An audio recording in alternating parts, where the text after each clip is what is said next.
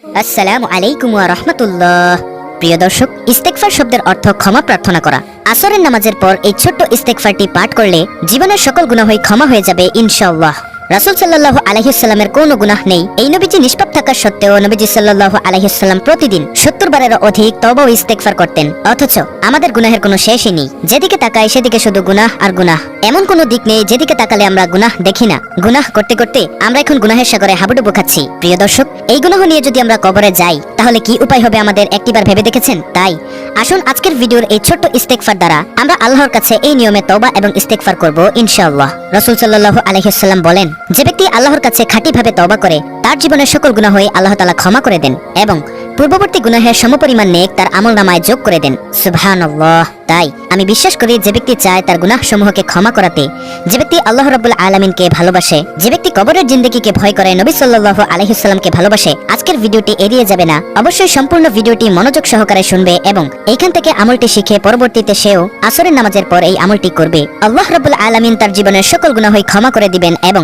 পূর্ববর্তী গুনাহের সমপরিমাণ নেক তার আমলনামায় দান করবেন।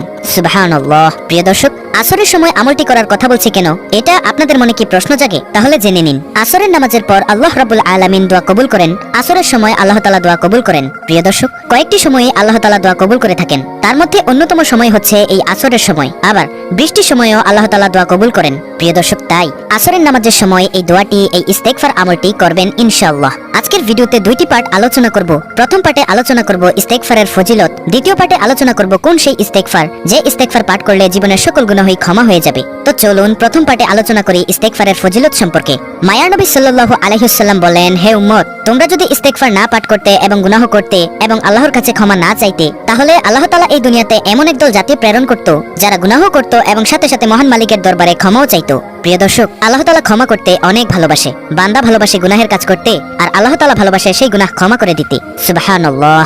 হযরত আলী রাদিয়াল্লাহু তাআলা আনহুর নিকট এক ব্যক্তি প্রশ্ন করলেন ওই ব্যক্তি সম্পর্কে যে ব্যক্তি গুনাহ করে আবার তওবাও করে, আবার গুনাহ করে আবার তওবা করে। এরকম আমরাও কিন্তু করি, গুনাহ করে আবার তওবা করে। তখন সে ব্যক্তি জিজ্ঞাসা করলো, হে আলী, ওই ব্যক্তির কি হবে? তখন আলী রাদিয়াল্লাহু তাআলা আনহু বলেন, সে ব্যক্তির উচিত সারাক্ষণ শুধু তওবা করতে থাকা, কারণ এক সময়ের তওবা যদি আল্লাহ তাআলা কবুল করে নেয় অবশ্যই তার জীবনের সকল গুনাহই ক্ষমা হয়ে যাবে।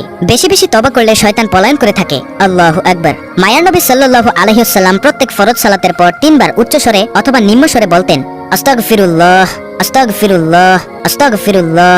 সাহাবায়ে কেরাম বলেন, আমরা নবীজির এই আমলটি নবী সাল্লাল্লাহু আলাইহি ওয়াসাল্লামকে করতে শুনেছি। প্রিয় দর্শক, ইস্তেগফারের এতটাই দাম, রাসূল সাল্লাল্লাহু আলাইহি ওয়াসাল্লাম বলেন, ইস্তেগফার বেশি বেশি পাঠ করলে আল্লাহ তাআলা বিশেষ কিছু পুরস্কার দান করেন।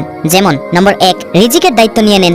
2, আল্লাহ রাব্বুল আলামিন তার আমলের মধ্যে বরকত বাড়িয়ে দেন। নম্বর 3, হায়াতের মধ্যে বরকত দিয়ে দেন। নম্বর 4, সকল গুনাহই ক্ষমা করে দেন। নম্বর 5, নেক সন্তান দান করেন। আর সবচেয়ে উত্তম পুরস্কার যেটা হলো অবশ্যই মৃত্যুর পর জান্নাত দান করবেন ইনশাআল্লাহ। প্রিয় দর্শক, আসুন আমরা সেই আমলটি জেনে নেই কিভাবে আমরা সেই আমলটি করব। দেখুন, হযরত আদম আলাইহিস সালাম সব সময় আল্লাহর দরবারে আকাঙ্ক্ষা নিয়ে থাকতেন যে, হায়রে, যদি মহানবী সাল্লাল্লাহু আলাইহি ওয়াসাল্লামের উম্মত হতে পারতাম তাহলে জীবনটা কতই না ধন্য হতো।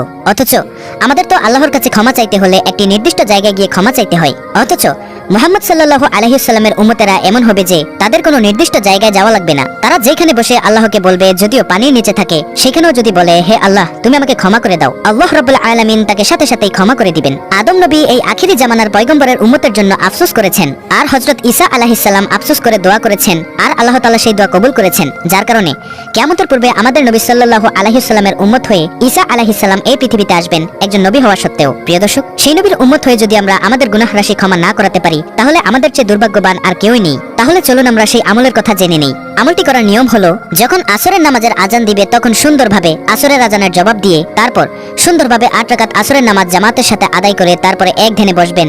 এক ধ্যানে বসে তারপর প্রথমে নবী সাল্লাল্লাহু আলাইহি ওয়াসাল্লামের উপর কয়েকবার দুরূদ শরীফ পাঠ করবেন, কারণ যদি কোনো আমলের শেষে এবং শুরুতে নবী সাল্লাল্লাহু আলাইহি ওয়াসাল্লামের উপর দুরূদ পাঠ না করেন তাহলে আল্লাহ তাআলা সেই আমল তাড়াতাড়ি কবুল করেন না। সেই আমল আল্লাহর দরবারে গৃহীত হয় না। তাই যদি কোনো আমল আল্লাহর দরবারে সব সময় কবুল করাতে চান তাহলে অবশ্যই নবী সাল্লাল্লাহু আলাইহি ওয়াসাল্লামের উপর দুরূদ পাঠ করে নেবেন। প্রিয় দর্শক, আপনি সবচেয়ে ছোট দরুদ সাল্লাল্লাহু আলাইহি ওয়াসাল্লাম এটা কয়েকবার পাঠ করবেন। তারপর আপনি একটি ইস্তেগফার পাঠ করবেন, সেটা হলো রব্বানা যালামনা আনফুসানা ওয়া ইল্লাম তাগফির লানা ওয়া তারহামনা লানাকুনান্না মিনাল খাসিরিন। অর্থাৎ হে আমাদের পালনকর্তা, আমরা নিজেদের প্রতি অন্যায় করেছি, তুমি যদি আমাদেরকে ক্ষমা না করো, আমাদের প্রতি করুণা না করো, তবে আমরা ক্ষতিগ্রস্তদের অন্তর্ভুক্ত হয়ে যাব। যেই ইস্তেগফারটি হলো একটি কোরআনের আয়াত। এটা কিন্তু হযরত আদম আলাইহিস সালাম পাঠ করেছিলেন আল্লাহর দরবারে। এই ইস্তেগফার কয়েকবার পাঠ করার পর আবার নবী সাল্লাল্লাহু আলাইহি সাল্লামের উপর দরুদ পাঠ করে এইবার জীবনের সকল গুনাহের জন্য আল্লাহর কাছে ক্ষমা চাইবেন ইনশাআল্লাহ। নবীজি বলেন, যে ব্যক্তি আল্লাহর দরবারে খালেস নিয়তে ইখলাসের সাথে তওবার মতো তওবা করতে পারে, আল্লাহ রাব্বুল আলামিন তার জীবনের সকল গুনাহই ক্ষমা করে দেন এবং পূর্ববর্তী গুনাহের সমপরিমাণ নেক তার আমলনামায় যোগ করে দেন। প্রিয় দর্শক, আল্লাহ রাব্বুল আলামিন তো সব সময় আমাদের দিকে তাকিয়ে থাকেন। কখন আমার বান্দা অথবা বান্দি একটিবারের জন্য বলবে, হে দয়ার মাবুদ, তুমি আমাকে ক্ষমা করে দাও, আল্লাহ তাআলা সব সময় তাকিয়ে থাকেন। আল্লাহকে যদি আমরা একটিবার ডাক দেই, হে আল্লাহ, আল্লাহ তাআলা সেই ডাকে সাড়া দেন। কতবার সেই ডাকে সাড়া দেন প্রিয় দর্শক আপনি জানেন? সেই ডাকে সাড়া দেন আল্লাহ তাআলা 70 বার। আল্লাহু আকবার। অথচ আমরা একবার আল্লাহকে ডাক দেই না। তাই আমরা যখনই গুনাহ করে ফেলবো, সাথে সাথে আল্লাহর দরবারে খালেস নিয়তে তওবার মতো তওবা করব ইনশাআল্লাহ। তওবার মতো তওবা করলে জীবনে আল্লাহ তাআলা অনেক কিছু দান করবেন এবং মৃত্যুর পর অবশ্যই সবচেয়ে শ্রেষ্ঠ পুরস্কার জান্নাতুল ফেরদৌস দান করবেন ইনশাআল্লাহ। তাই প্রিয় দর্শক, যদি জান্নাতের উচ্চ মাকাম পেতে চান, আল্লাহর ভালোবাসা পেতে চান, অবশ্যই এই তওবা করবেন জীবনে একবার হলেও এবং খাঁটি তওবা করবেন। আল্লাহ তাআলা আমাদেরকে উক্ত আমলটি করার জন্য কবুল করুন। প্রিয় দর্শক, যদি ভিডিওটি ভালো লাগে তাহলে অবশ্যই আপনারা অন্য মুসলিম ভাই বোনদের মাঝে শেয়ার করে দিবেন। চ্যানেলটিকে অবশ্যই সাবস্ক্রাইব করবেন ইনশাআল্লাহ। ধন্যবাদ।